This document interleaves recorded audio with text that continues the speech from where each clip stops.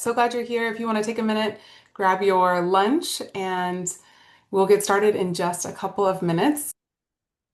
And Natalie, I'm going to give you a chance to introduce yourself early in the session so that you can jump in if you so choose at any point. Yeah, that sounds great. I'll go ahead and introduce myself now. How's that sound? Sure, Uh, sounds great. Perfect. Hi, my name is Natalie Parmenter.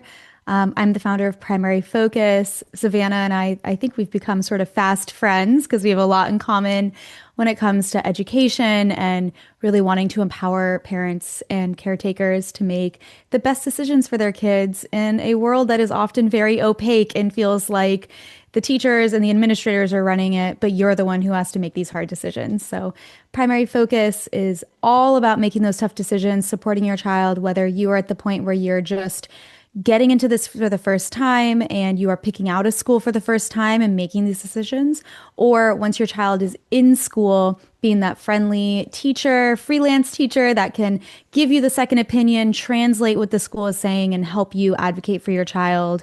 Whether, it's math that's giving them problems or they're having a tough, awkward stage or whatever can come up in school. I feel like there's always something.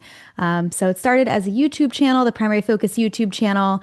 I also run workshops locally here in Charlotte to help parents navigate the magnet programs, public versus private, and make those decisions. So Savannah will be leading today, but I'll be jumping in throughout and watching. She's created an incredible program here called RYSE that I actually use in my workshops now to help point parents in the right direction. So if you're not sure where to start, come to the Kindergarten School Talk workshop. My next one is Wednesday evening. That's a virtual one, so you can watch live or you can get the recording after. That's at 6:30. And then we have an in-person one next Wednesday, the 12th, at Vaulted Oak Brewing, which is a really cute brewery kind of on Monroe Road, just outside of Chantilly area. So hope to see you at one of those. And thanks for inviting me on today too, Savannah. So excited you're here, Natalie, and thanks for taking the moment to introduce yourselves. And you are warmly invited to jump in and share your expertise as you so choose throughout. I know you'll be here for questions as well, so thanks for making the time. Sounds like a deal. All right, well, with that, we'll jump in. You've got Natalie as an incredible resource as you're considering your elementary options. And you also have our session today, which is focused on giving you an overview of all of your elementary options. Let's get to there we go, fantastic. So, an official and warm welcome to everybody who's made the time to be here during your lunch. My name is Savannah Keith Gress. My company is called RYSE, and we are excited to be offering these insight bites so that you can get a better understanding of all of your school options as one element of your school decision-making process. So I want to introduce myself and also give you a sense of our goals for today. Our focus for the session is really going to be on giving you an awareness of all of your elementary school options. I think you'll be surprised by how many there are. It's really hard to get your head around all of the options that are out there. And so this is meant to just give you that overview. It won't answer all the questions. We won't have a chance to go into all the important details, but we are going to be able to give you some resources to make sure that you're able to learn more about any of these schools that interest you. So our flow for our time together will be, I'll share a bit more about RYSE, and then I want to give you a preview of a tool that is here to support you so that when the list of elementary schools is feeling overwhelming, as I think it will at some point, you know that you've got this resource to come back to be able to sort through them piece by piece. Then we're going to give a quick overview of the lottery. I know some of you may be thinking about those upcoming dates. And then we'll jump into the actual elementary school options. We'll be looking at your charter options, your magnet options, and also touching on your traditional school options and how to figure out what those are. And we'll look at the resources to support you. And then we're going to save for the end our Q&A. So if, as you're listening, if you can jot down questions that come up for you, I would love to take the time to answer them. And we'll have some dedicated time at the end for that. All right, so to introduce you to myself, my name is Savannah Keith Gress. As I said, I am a parent of students myself. I have a first grader and a fourth grader in a CMS school. My passion really is supporting families in avoiding common missteps that lead families to be disappointed in their school choice. RYSE is actually built out of watching my friends and neighbors and family members go through the school choice process, spend a ton of time like you're spending today, learning about all their options, and really doing their absolute best to choose a great school, only to find that the information that they accessed was missing some key components or was even outright misleading. And I'm going to show you more about that in a bit. I've been working in the fields of education policy and data analytics for the past 17 years. And I've done that in school districts and in nonprofits. And I also studied this in grad school. And so I'm really passionate about bringing all that we know from the world of education research to actually help parents navigate these choices in the midst of, really busy schedules, confusing information, and needing to just figure out the practical steps along the way. So it's a bit about me. And I also like to make transparent some of our perspectives at RYSE so you can decide if we're a fit for your family or not. One thing we believe in is really moving away from the language of so-called good schools and bad schools, or even thinking about schools in terms of the top 10 best blank in Charlotte elementary, middle, high schools. I think a lot of parents, I find as we work together, get this intuitively that thinking about it, whether it's good or not, is not really all that helpful in figuring out what we really need, which is finding a great fit for our child and for your family as a whole. Obviously, different kids in different families need different things, so that might even vary within your family. But that's really where we're going to be focusing. So when I'm talking about a school, I don't think you'll hear me saying this is a good school because of this one factor, but rather this is information that can help you figure out whether it's a fit. As I mentioned, the other focus is on helping you avoid common mistakes. So I'll really be pointing out relevant pieces of information to help you avoid those missteps along the way. And then we are primarily focused on public schools, although we understand that some families are not well served by public schools and find great options in the private sector, and we have no problem with that. We primarily focus on public in part because our best information is actually available about our public schools, and you'll see more of that as we go along. Okay, so I'm going to now give you a quick overview. Do I want to do this now? I actually think I might save this for later. Maybe we'll come back. Well, actually, okay, let's jump in. Let's look at RYSE Explorer. Okay, so RYSE Explorer is RYSE's brand new tool, and it provides a view of all the schools, all public schools in North Carolina in one place. So these are our public charter schools, our traditional schools, and our magnet schools. It is currently the only place where you can put in your address and get your complete list of public school options. And I mention it now because I want you to know that all these options we're going to go through can be found here later. So keep in mind you've got this as a resource to come back to. It provides an alternative to the ratings, which I will tell you more about later, but are highly misleading and gives you actually high quality information about school effectiveness. And it helps you organize your school search with some specific tools. So you can see that you can go to our website and sign in by putting in your email address. I'm actually going to sign into my full account to give you a sense of the full kind of opportunity that's available. And you can see that you're going to see all the schools in North Carolina. Oh, it's on my list. There we go. You can actually see all the public schools in North Carolina, including information about what type of programming they offer and their student academic growth results. And then you can get this custom list of your school options. So this is based on your home address, and you can narrow in to see what's available. As it relates to our time today, you're going to want to use the grade levels to look only at schools that have the grade you're interested in. So let's say kindergarten. And then you can also zero in to see all your charters, for example. So when we're going through the charters and it looks like a lot of schools, just know that the list is here for you to look at afterwards. All right. I'll tell you more about this in a bit. That gives you a sense of where you'll be able to find it.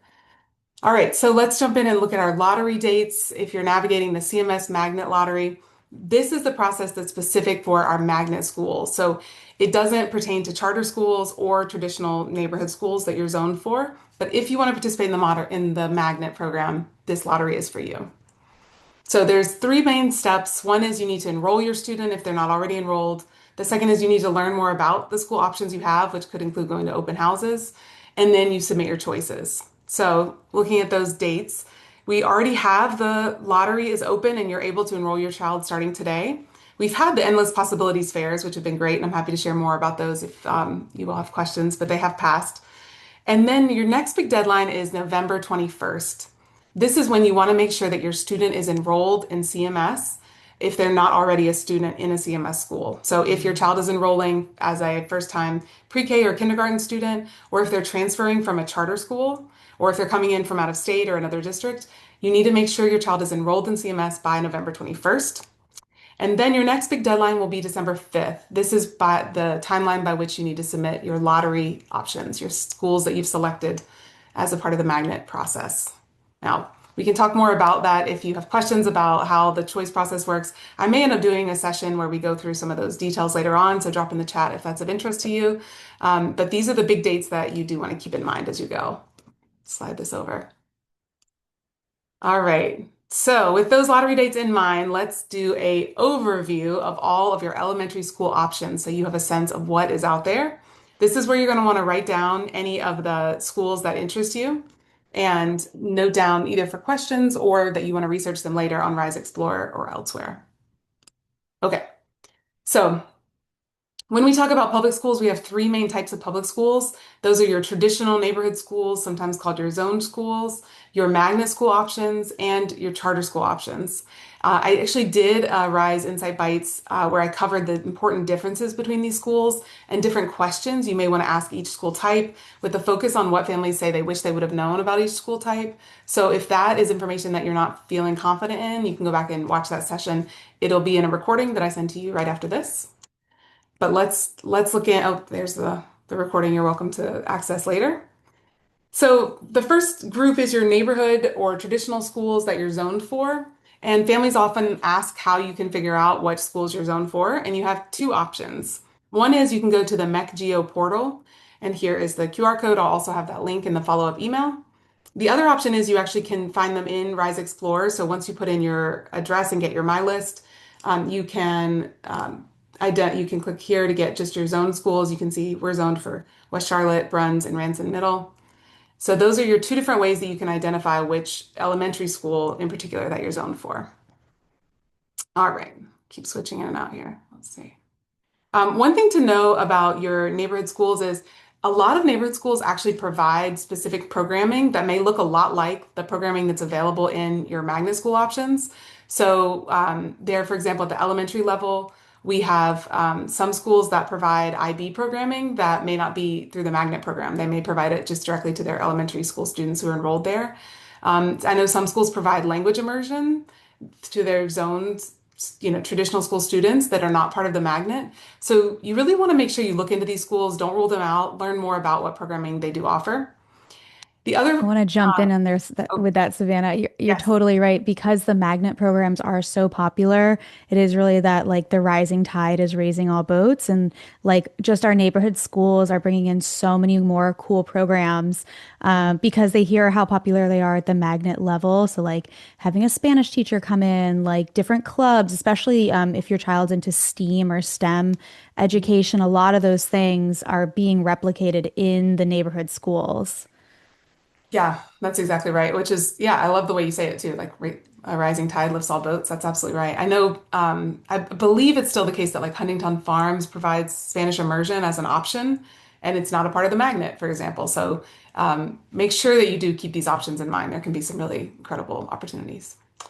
The other is going to kind of connect us to the magnet school conversation, which is your zoned school might be what we call a partial magnet. That means you might be zoned for that school, and many other students will attend that school because that is simply their assigned elementary school. But there may also be a pathway for other students to access the school via a magnet program. So you'll have both traditional school students and magnet school students in the same school. This is what we call a partial magnet. It depends, the way they set that up, the way they organize the school really varies. So those kids may all be in the same programs, experiencing the same learning opportunities day to day. They may be in different spaces throughout the school or have access to different opportunities. But if you see that your school is listed as a magnet, you want to make sure to ask your school if there's any benefits to enrolling via the magnet, even if you're zoned for that school. So some of the benefits might be that I know, for example, some of the talent development and immersion programs, which we'll talk about in a minute, if you're enrolled through the magnet portion of the school, you actually have guaranteed access to some specific middle schools afterwards. So just make sure that if you see your school come up as we talk, you see your zone school come up as we talk about magnets, that you ask the school if there are any benefits to enrolling via the magnet versus just enrolling through the neighborhood zoning. So, all right. With that, I will now jump us into let's see, I think we're actually going to jump into our charter school options. So we're going to go through a lot of charter school options. This can be the hardest group I find to get your head around or to get a list of because, yes, Natalie knows, you end up just Googling and finding newspaper articles with lists of them. So this is where I'm really excited that it's all in one place in the RYSE Explorer. And one thing you want to keep in mind is the lottery dates I told you about earlier, enrolling by November 21st, submitting your options by December 5th, does not apply to these charter schools. Charter schools have their own individual lottery processes, their own timeline. So you do have to contact the school, go to their website to learn more about their lottery processes. All right, prepare for this one to be overwhelming. This is really going to be the flyover version. There are so many. So we're going to start, and I've loosely grouped them, but I do want to make sure to provide the disclaimer that this is a best attempt to summarize the beauty of an entire school in just a few words so that we can get an overview. Obviously, to find out about the fullness of each school, you absolutely need to reach out to them. Look on their website, ideally go in person if you can. But to give us an overview, we have a number of kind of college going, college readiness, college prep focused charter schools. So, for example, we have Corvian Community School, Bradford Prep, Lake Norman Charter, Socrates Academy. I'm going to pause here and call out Socrates Academy because they are a very unique program that offers partial Greek immersion, which I know families who have Greek heritage, for example, who love this program. But then they have what they call the trilingual advantage. So if your child is linguistically talented, they can also learn Spanish and or Mandarin. So that's pretty amazing. I just have to kind of gawk at the opportunity there. It's amazing. There is also Jackson Day School, the Math and Science Academy of Charlotte, which you can see has a STEM or STEAM focus as well. There's Sugar Creek Charter and the American Leadership Academy, Queens Grant Community School, and Matthews Charter Academy. You can see a number of these schools also have focus on like moral development or character education. Some are specifically focused on eradicating generational poverty and focus on closing gaps and opportunities. So these are all aspects of these schools you want to consider as you're thinking about whether they're likely a fit for your family. There are a few more college going, college prep schools. So there's Lakeside Charter Academy, Steel Creek Prep Academy. There are the movement schools, which there are four of the movement schools. They're Movement Northwest, Southwest, Eastland, and Freedom. And those schools are all kind of growing into a K to 5 model and are at different levels. They might be currently K to 3, adding a grade, et cetera.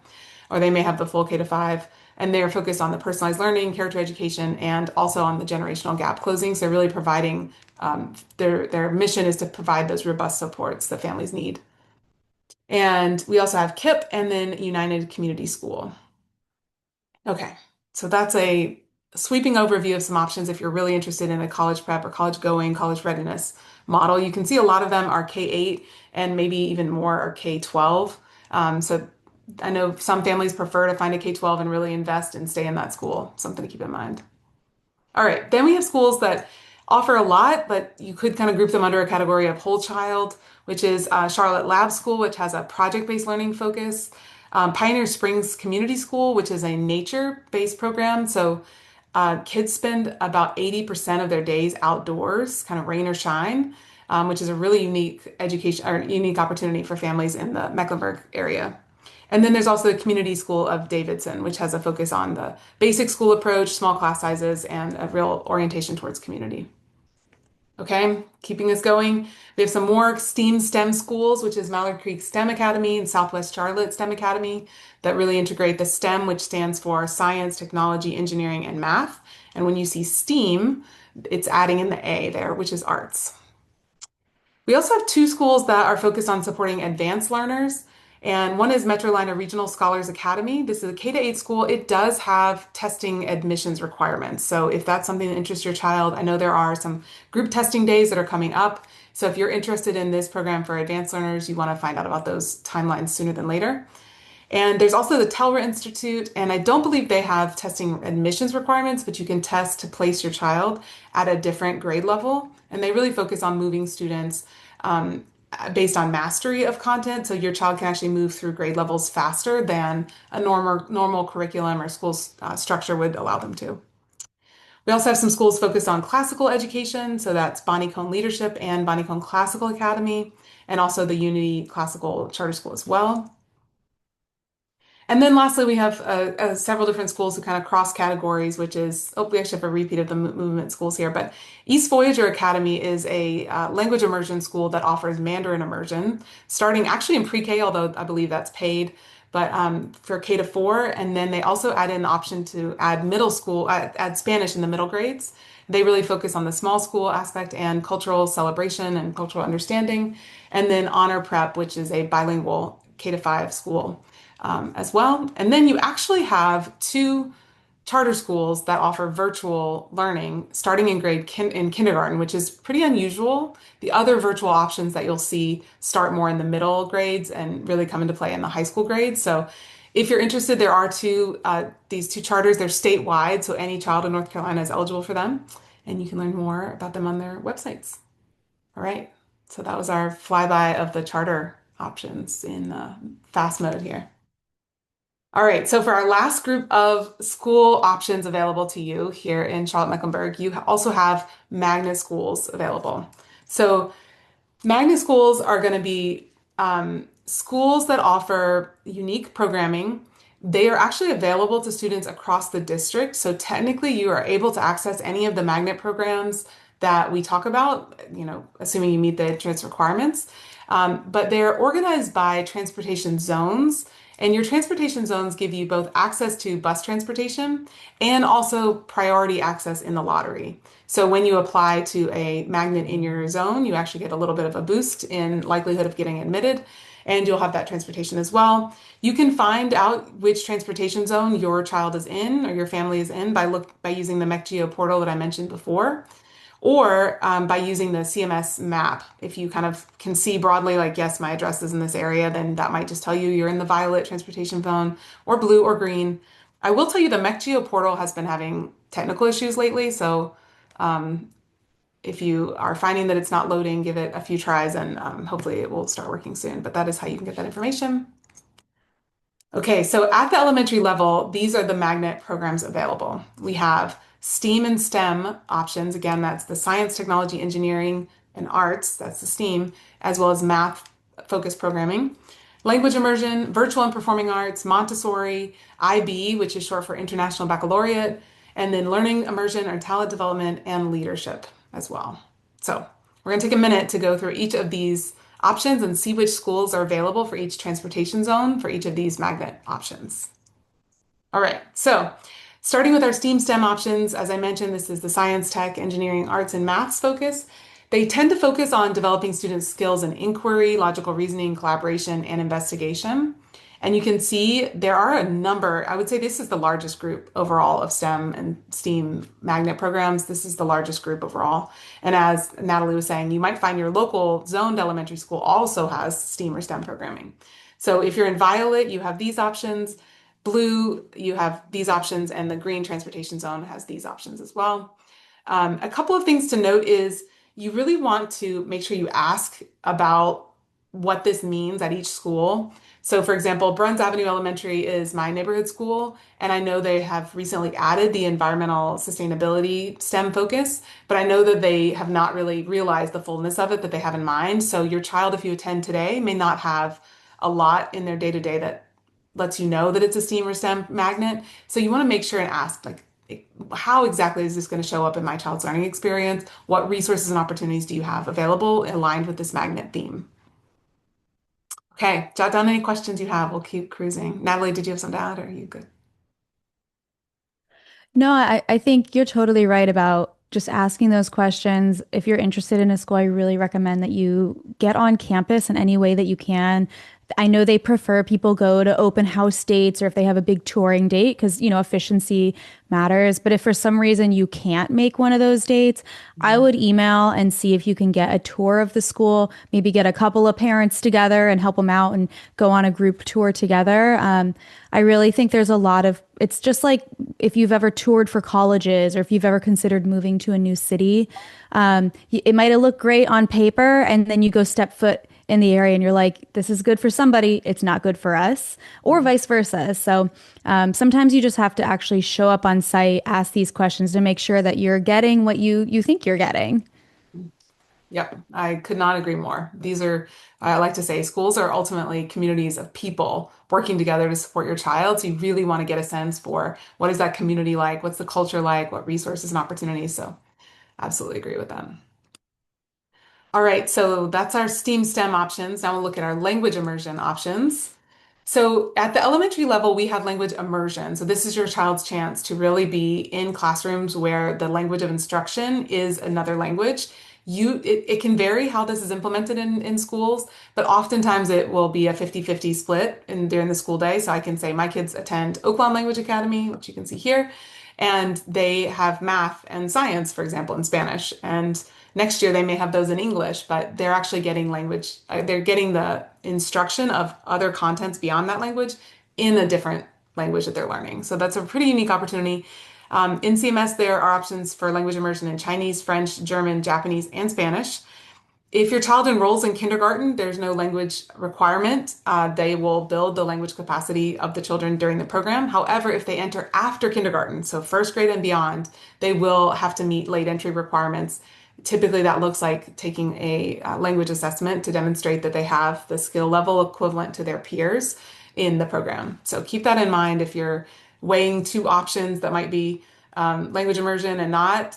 One, you might want to consider whether you're going to be able to try the language immersion later if you decide you don't like that other option. Just something to keep in mind. So the way it works in with regards to language immersion eligibility is you have three schools that provide Spanish language immersion only.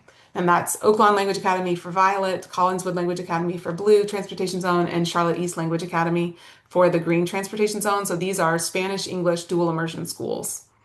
Then for Chinese, French, and German, those are all taught either at the North Academy of World Languages, which Violet Transportation Zone is eligible for, and they're also taught at the South Academy of International Languages, which we often call SAIL.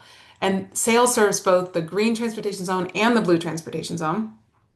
And then for Japanese, it is only taught at one school, and that's at South Academy of International Languages or SAIL. So all transportation zones are eligible for the Japanese immersion program and eligible for transportation to it. Okay, keeping us moving. Now we have our visual and performing arts magnet options.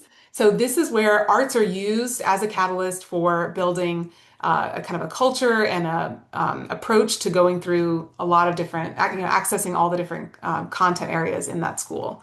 So students will have arts integrated into the instructions in their different core subjects, in addition to having classes in what they call the four art disciplines: dance, music, theater arts, and visual arts.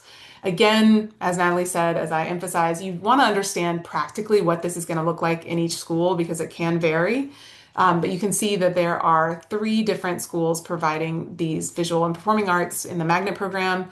There's Long Creek Elementary for Blue and Violet, Greenway Park for the Green Transportation Zone, and then the University Park Creative Arts School is open to all transportation zones as well. And it may be interesting to know that there is now a complete visual and performing arts feeder pattern in Charlotte. So if turns out to be your child's passion, there's the elementary options listed here.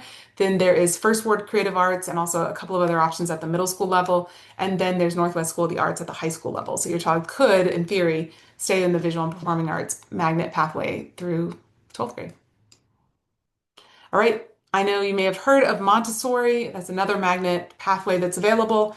And the Montessori approach it's a really unique and robust approach. I encourage you, if you're interested in this, to learn about it in other spaces. We'll definitely not have a chance to cover it fully here. Obviously, going to the open houses and learning more from the schools themselves will be the first choice there. But broadly, the Montessori approach really views children as naturally eager to learn and creates like opportunities for hands-on learning for students, allows students to learn at their own pace often, and gives them individual and small group learning opportunities. And a couple of unique aspects are, one, they often have multi-grade classrooms. So you'll often have kindergarten and first grade together, or sorry, pre-K and kindergarten together, first grade and second grade together, et cetera. And also teachers really operate more as guides in this learning process. So highly encourage you to check out a Montessori classroom if you're interested. It's set up very differently and organized very differently throughout the day. There is also often a focus on peace and conflict, peaceful conflict resolution, care for others, global understanding, sometimes social justice, and practical life skills. So these schools also have a late entry requirement. So if your child is going to be starting after kindergarten, there can be additional requirements that you need to meet. And Natalie has a great question. Do the Montessori schools still take NC standardized tests? Yes, they do. Great question. So all magnet, traditional, and charter schools take the North Carolina standardized assessments as a part of the accountability program. So yeah. which is interesting when it comes to the language immersion programs as well, because they're taught in both languages and tested in one. So you're kind of getting one part of their capacity there. You can see we have four Montessori schools: Lincoln Heights, Highland Mills, Sedgefield, and Chantilly Montessori. And I know it's 12:33. This is a lot of content, so I'll keep us moving. We also have IB options at the early grades. It's called the IB, or International Baccalaureate Primary Years Program. So the International Baccalaureate focus broadly is around building a global mindset for students, supporting their academic development and also their own ability to manage their academic development. And there's a strong emphasis on service to society. So the program starts in the primary years in these early grades. There's also a middle grade program. And then you can see this becomes a really big focus for many students in the high school years. But it is available in the elementary years. And in this early aspect of the IB program, they're focused on inquiry-based learning. So that can be education jargon. So to be clear, that inquiry-based learning in this context means students are learning in units that connect the learning across subject areas. So they may be learning about math, and science and literature through a study of birds, for example. And that would be working across. There's also a focus really on hands-on content, collaborative learning, like in groups, and really on the inquiry part is about having students discover the knowledge themselves. So they're going to be kind of going through guided processes where a teacher's not telling them the answer and then they're asked to give it back on a test, but rather they are trying to uncover it from text or hands-on learning experiences. You can see we have a number of options here: Blythe Elementary, Statesville Road, the Billingsville Cotswold kind of combined elementary, which is has K to 2 in one school. Billingsville and Cotswold is 3 to 5, and then Huntington Farms and Lansdowne as well. All right, and our last two, we have learning immersion and talent development, and we also will look at the leadership program. So the LITD, as it's often called, program are aimed at advanced learners and really focus on a rigorous and sometimes quite intensive curriculum. So the learning immersion happens from grades K to 5. And then if your child tests into the talent development, which is what Charlotte calls the gifted and talented, or whatever you might have called it when you were growing up, tag, there's all kinds of different names for it, but your child will need to test in and be identified as academically or intellectually gifted in grades 3 through to be a part of the talent development program in grades 3 through 5. If they don't test in at one of these schools, they'll remain in the learning immersion program, or they could have the option to, attend a different school if they chose to. One thing to note about the talent development and academic learning immersion programs is students who are enrolled in these programs have automatic access to the IB middle schools in their zone after they complete elementary. So this is what I was mentioning earlier about the partial magnets. Shamrock Gardens, for example, is a partial magnet. You have students enrolled as through the traditional zoned pathway and through the magnet lottery. But if your child is enrolled through the magnet lottery, that grants an additional access to the IB programs afterwards, which can be attractive to some families. So keep that in mind. Okay, and our last magnet school type is the leadership program, which is located at two schools, Elizabeth Traditional and Myers Park Traditional. And this has a real focus on helping students grow into leaders. They use the Leader in Me program, which is based off Stephen Covey's 7 Habits of Highly Effective People approach. They really emphasize leadership, service, and whole child development. Okay, with that, those are some of the magnet options you may want to keep in mind as you consider your pathways for your student. And let me now give us a quick overview of some additional resources that are available to you as you go through this process, and then we'll open up to questions. One is, I'll send this afterwards. This is a guide that we share with families that has some suggested questions you might want to ask schools when you go to tour, when you connect with staff or families outside of the school. So you'll get that by email. We also have our RYSE Live workshops. So this session really is meant to give you an overview of your options, but there's some important information that we want families to know, especially about how families get misled when they're going through the school selection process. You can see we've got 3 actually sessions remaining this year, tomorrow night, as well as the 21st and December 2nd. And in these RYSE Live workshops, we go through the story of a child named Ava, who's a compilation of the over 200 families that RYSE has worked with over time. And we show their rather intensive process for considering their options. And then we show how Ava nonetheless ends up disappointed and her family ends up moving her school. And we talk about what exactly this family, despite trying their best, how they got misled and what information they didn't have when they were making a choice that led to them being disappointed. So if you're interested in making sure you're not going to make any of these similar mistakes, we really invite you to join our RYSE Live sessions. You can use the QR code and I'll also send it in the follow-up email. So we go over the questions that are commonly asked, like is CMS a strong district overall? What information can be misleading and what should you use instead? What does the research say matters most when choosing a school in addition to your own priorities?